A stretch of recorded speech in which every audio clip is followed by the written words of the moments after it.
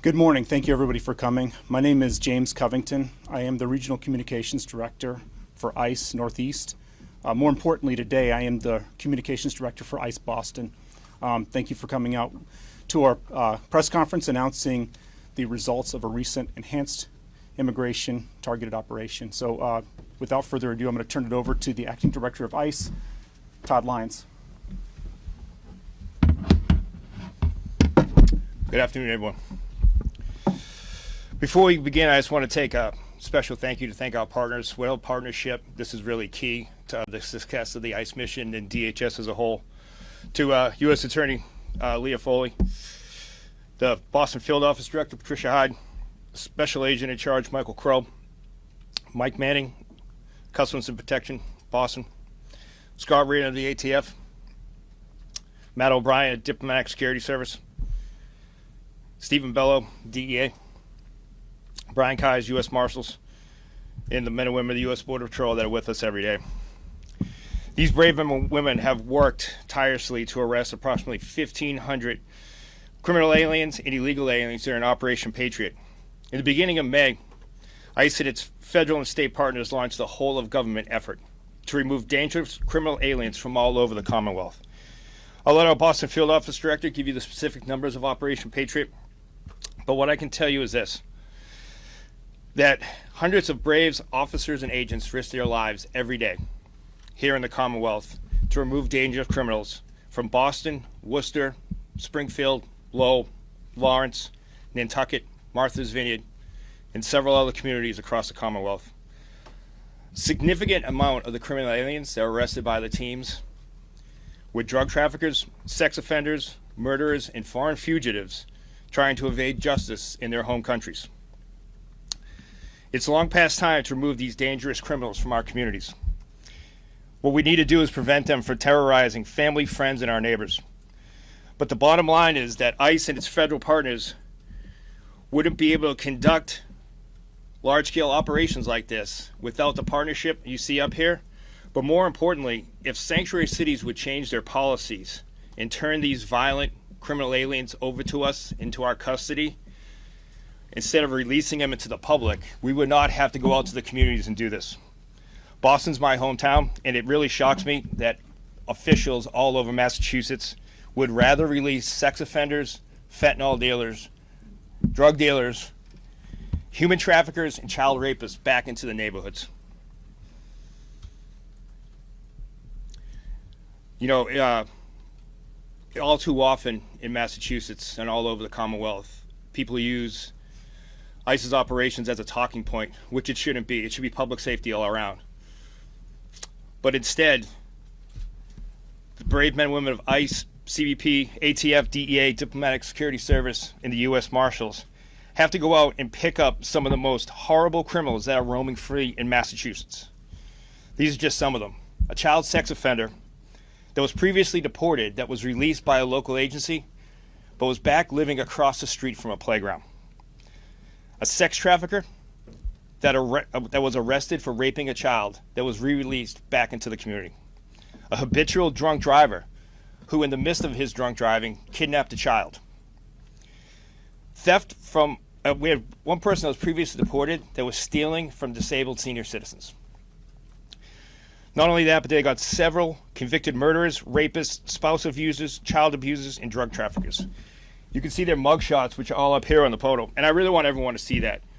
Because not only did they enter our country illegally, but they were released back into our community by elected officials and sanctuary jurisdictions that did not want to turn these individuals over to ICE. I really want everyone to see their faces and know what's going on. So make no mistake, ICE is going to keep doing this. This operation proved that we need to be more. While this operation was going on, and the brave men and women from all these agencies were out conducting operations, more criminal aliens were being released into the community. We did this already once. We saw a large number in a week time, but that just showed we needed to come back. And we're going to keep coming back because ICE is going to make sure that we keep our community safe and keep our neighborhood safe from these sex offenders and these criminal aliens. But not only are we going to keep the community safe, my goal is to keep my officers and agents and also the criminal aliens safe, because we'd rather arrest them in a local jurisdiction where it only takes 2 officers or agents and they can turn them over to us in a safe environment, then rather than us going back out into the community and then these criminal aliens be released back in our neighborhoods. So with that, I'll turn it over to U.S. Attorney Leah Foley. Thank you. Good morning, and thank you for being here. As you know, the top priority of the U.S. Attorney's Office has been and will remain protecting the citizens of Massachusetts. And this month-long enforcement surge, led by ICE, has made our communities safer. Since January 20th, our office has charged well over 50 foreign nationals who unlawfully re-entered our country after being deported. This includes 15 individuals charged in the last month alone.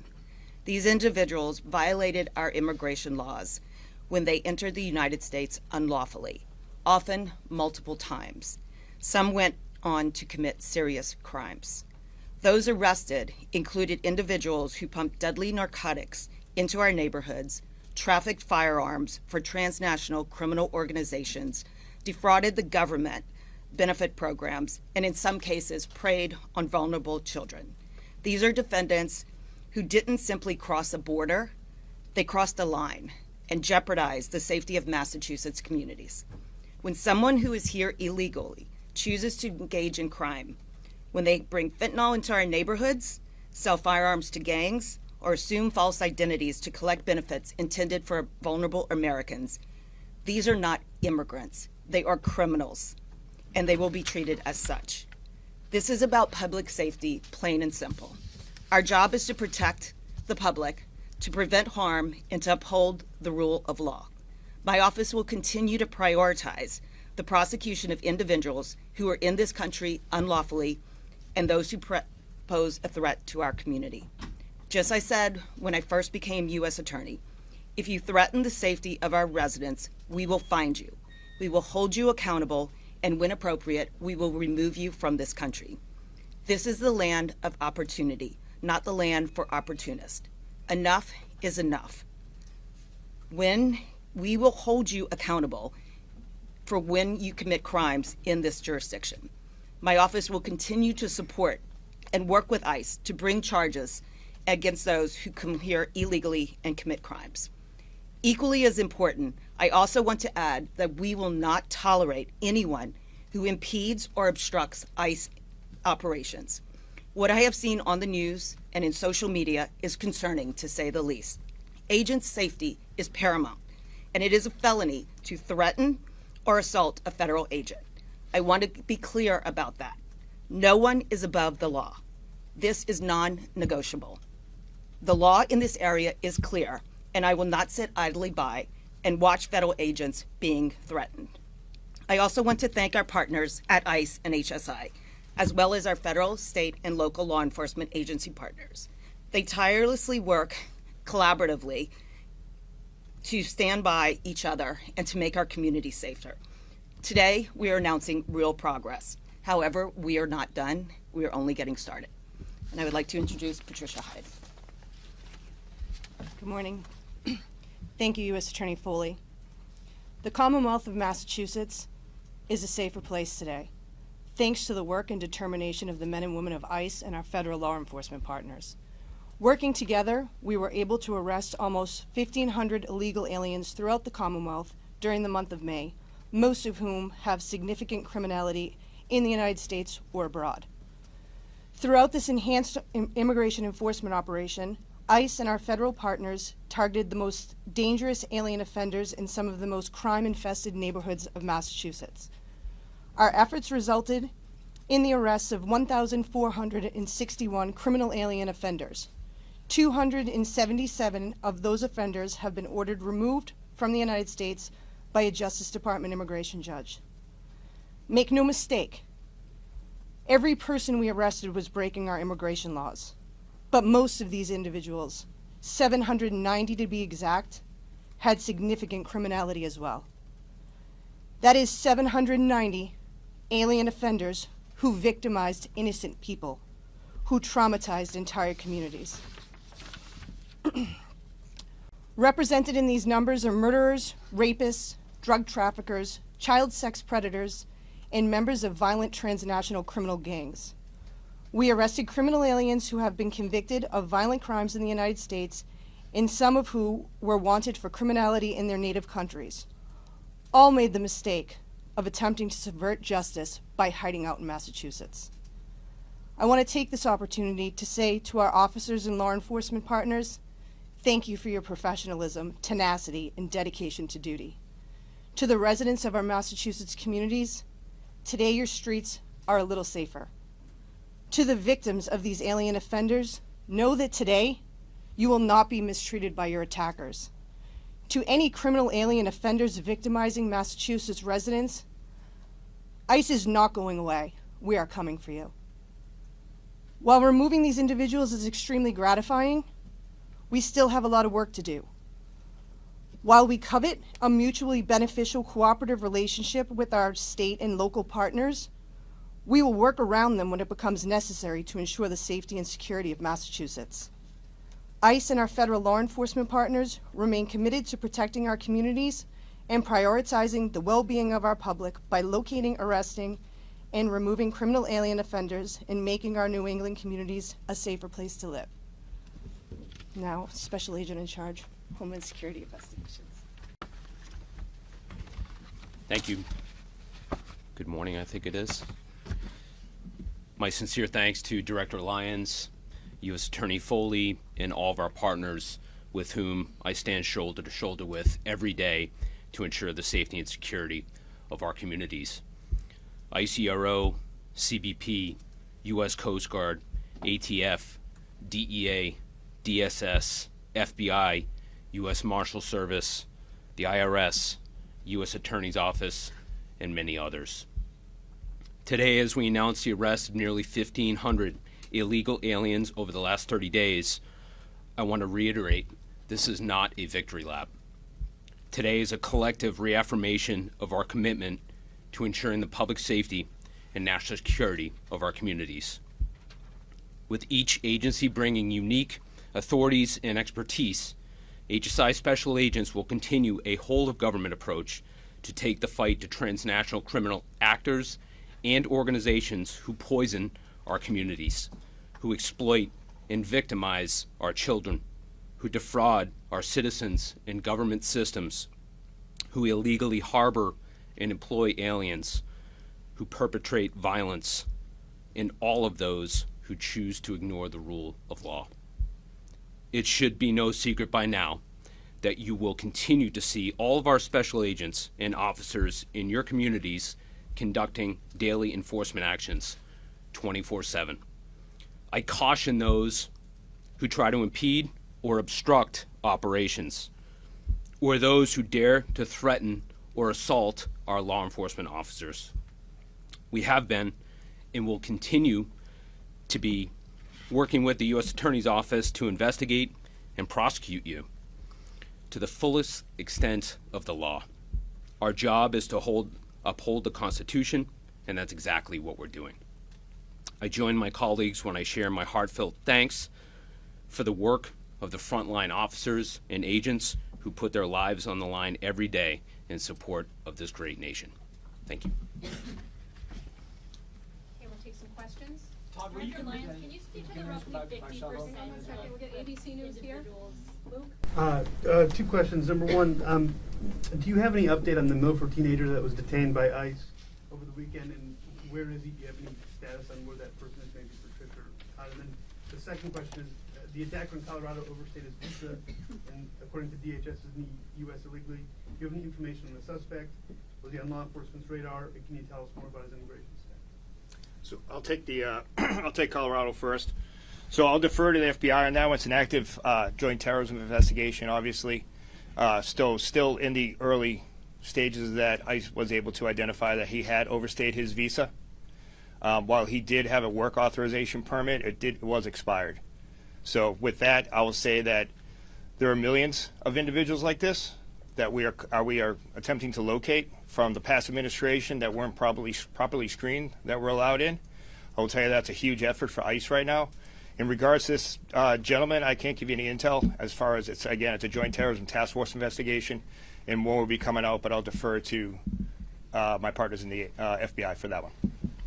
Director Lyons, what about Marcelo Gomes Silva over the weekend? In regard to Marcelo Gomes, he remains in ICE custody. He was not the target of the investigation, but like we have repeatedly said, sanctuary policies put us in a position to go out into communities and look for people.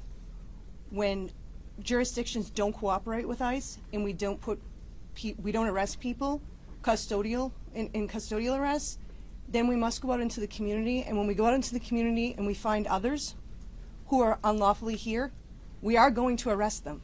We've been completely transparent with that. He's 18 years old, he's unlawfully in this country. And unfortunately, we had to go to Milford to look for someone else, and we came across him, and he was arrested. That's where that stands. Were you looking for someone dangerous and violent? Well, I'll take that one. So we're looking for his father. So obviously he's the father of the year because brought his son up here illegally as well. And yes, we had intelligence from a local law enforcement agency. We were looking for the father. And like Field Officer Director High said, they made a traffic stop on that vehicle, which was the father's vehicle. He was driving that vehicle. But like any local law enforcement officer, if you encounter someone that has a warrant, or like I said, it's here illegally, we will take action on that. We're doing the job that ICE should have been doing all along, and that we enforce all immigration laws. What's the What danger is on his father? dangerous? What is What's the dangerous danger on his about a father? high school junior? He was about to play in the graduation ceremony, play in the band the next day. I guess what is the danger of the 18-year-old to that community? So I'll put it back on you. What about an 18-year-old that's just stopped for a traffic violation by Mass State Police, who's wanted of being a habitual traffic offender on his way to graduation? Would you be asking that same question to the Mass State Police for not arresting him? Like, I didn't say he was dangerous. I said he's in this country illegally, and we're not going to walk away from anybody. So where is he? Is he having due process? Does he have a lawyer? Yeah, well, the whole due process thing, ICE doesn't just scoop people off the street and remove them. Everyone gets due process, and that is what the U.S. Attorney's Office for. It's what the immigration courts are for. They all do that. He will go in front of an immigration judge. He'll have the opportunity to post bond. But again, I'm just going to ask you a question. Boston police stopped an 18-year-old on the way to high school. Are we having this conversation right now? Well, there would be a crime. There would be some evidence that we would. It happens every day. Every day. There are multiple 18-year-olds arrested, but yet we are focused on this one. And I will say, his dad hasn't turned himself in yet, and his dad knows he's the target of it. So. What's his dad targeted for? What's his dad targeted for? Sorry, do you have a question? So the governor says Massachusetts is not a sanctuary state, but your teams don't receive assistance when you hit like all these different counties across, not just in Boston, but in these other suburbs and places across the state. So what's your response to the governor on that, and how difficult is it for your teams to not get that assistance? Like when you went to Operation Tidal Wave in Florida, it's a different scenario. You come to Boston, it seems like it's a little bit more difficult. I think it's a matter of semantics, right? We can say we're not a sanctuary state, but when people are arrested for local charges, drug traffickers who are peddling poison in our communities are walking out the door, not turned over to ICE, what does that sound like to all of you? That's sanctuary. When states and local jurisdictions don't cooperate with ICE and they let bad actors walk out into the community, they let child rapists just walk back out, $500 bail, that is sanctuary. So it's fine to say that you're not, but your actions absolutely show something different. I have As a for the follow-up. search operation, to ask a question? the U.S. Supreme Court last week halted a ruling out of Boston that had blocked the administration from revoking immigration parole for about 500,000 Venezuelan, Cuban, Haitian, and Nicaraguan migrants. And then a couple weeks earlier, the Supreme Court also allowed the administration to end TPS for thousands of Venezuelans.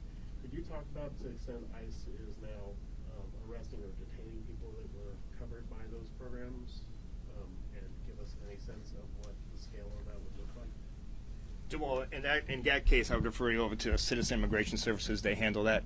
ICE is only the enforcement arm of the immigration process.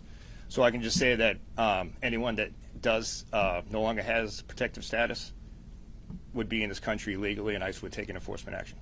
As for the search, tell me more about the search operation here, and exactly, what are the officers, where are the officers coming from to try to help in terms of resources? Are these actual ICE agents or officers, or are they being contracted outside of the agency? And also, how do you know that they're properly vetted here to conduct and follow the same laws? So what I can tell you is no one's contracted. All the partners up here are Title VIII immigration designated officers, so every federal agency has a Title VIII authority.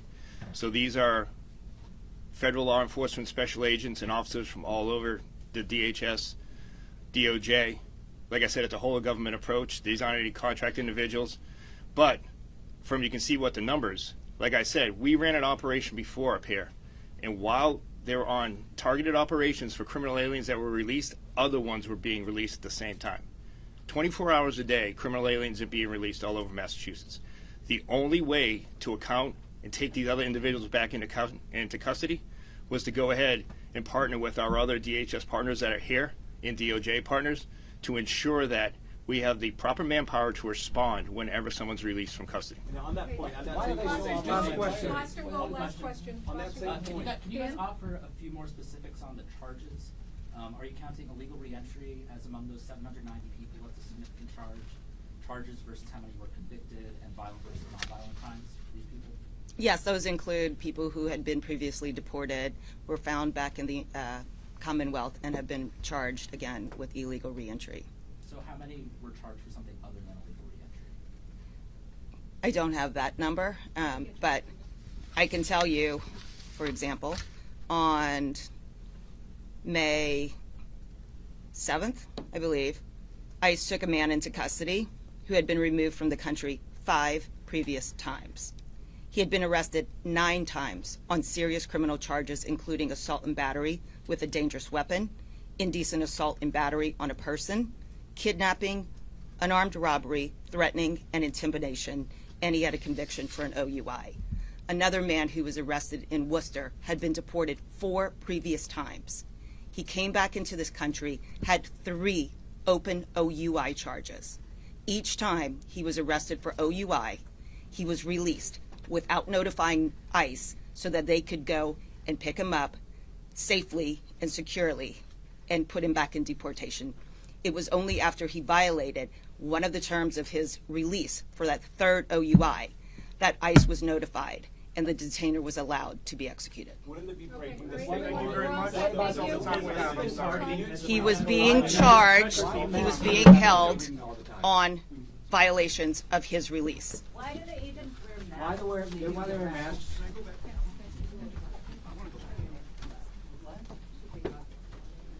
Okay. And also, what do you say when there's people who are charged with child rape who are out on bail facing more than 10 years behind bars who are allowed to go home free? So, hang on. I'm going to answer the mask question. So, no, not the mask, the mask. So, a lot of agencies were invited to come out 2 weeks ago in Los Angeles where we ran an operation where ICE officers were doxxed. So let's just say that again. People are out there taking photos of the names, their faces, and posting them online with death threats to their family and themselves.